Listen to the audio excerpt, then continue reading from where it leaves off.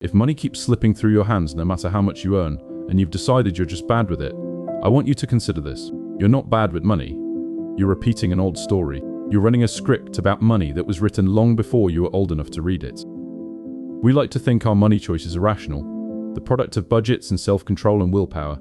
We either have or don't. So when the willpower fails again, we reach for the simplest verdict.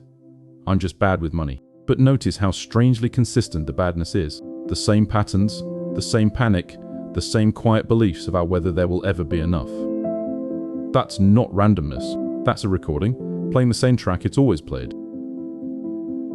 Let me give you a picture for it. Imagine you inherited a house, and in that house there's an old record player you've never thought to question. It came with the place. From the day you arrived, it's been playing the same album quietly in the background.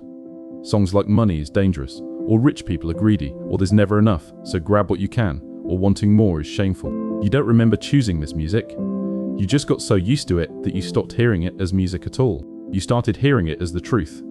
And every financial choice you make moves, without your noticing, to the rhythm of that old song. So when you overspend, or freeze, or sabotage the moment things start going well, you're not failing at math. You're being faithful to a melody you absorbed before you could question it. Usually from the kitchen table you grew up at, from the way your parents fought about bills or never spoke of money at all. The script isn't yours, but until you hear it playing, you'll keep dancing to it. Let me tell you about someone. I'll call her Priya. By every outside measure, Priya should have felt secure. She earned well, she was careful, she had savings, and yet every time her account climbed past a certain number, something in her went quietly into alarm, and she'd find a reason to spend it back down. A sudden purchase, a loan to a relative, an emergency that wasn't quite one. She called herself bad with money, terrible at holding on to it. What she'd never examined was that she grew up watching her parents lose everything, and somewhere inside her, a small voice had decided that having too much was the thing that came right before disaster. What finally changed for Priya wasn't a stricter budget. It was the day she traced the feeling back to its source and heard the old song for what it was. Money isn't safe. Don't let it get too high or you'll lose it all. She realized she wasn't bad with money. She was protecting herself from a catastrophe that had already happened to someone else decades ago. And once she could name the track, she could finally choose a different one. She wasn't her parents. Her abundance didn't have to end the way theirs did. There's real research under this. Financial psychologist Dr. Brad Klontz has studied what he calls money scripts, the unconscious beliefs about money we form in childhood and carry, unexamined, into every adult decision. His work found that these scripts, set young and rarely questioned, predict our financial behaviors and outcomes more powerfully than how much we know about money or even how much we earn. We don't act on what we understand about money, we act on what we believe about it. And most of what we believe, we never chose. So if you've decided you're just bad with money, here are 3 things I want you to understand. First, the pattern came from somewhere.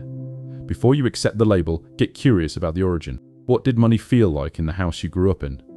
Was it scarce, secret, a source of fear, a weapon, a thing you were ashamed to want? Your habits today are echoes of those early answers.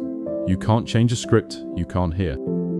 Second, an inherited belief is not a personal truth. The fact that you absorbed a story doesn't make it accurate, and it certainly doesn't make it yours forever. Money is dangerous, there's never enough. Wanting it is greedy. These are old recordings, not laws of physics. You're allowed to question them. You're allowed to disagree with the people who taught them to you, with love and without blame. Third, you can write a new story, but you have to write it on purpose. The old script plays automatically. A new one has to be chosen, spoken, and practiced until it's louder than the original. Money can be safe in my hands. There is enough, and I can hold it. Repeat the new song often enough, in your choices, and not just your words, and one day you'll notice you're dancing to it instead. So I want you to stop accepting a verdict you never investigated. You're not bad with money. You're loyal to a story someone else wrote, and loyalty like that can be gently, gratefully set down.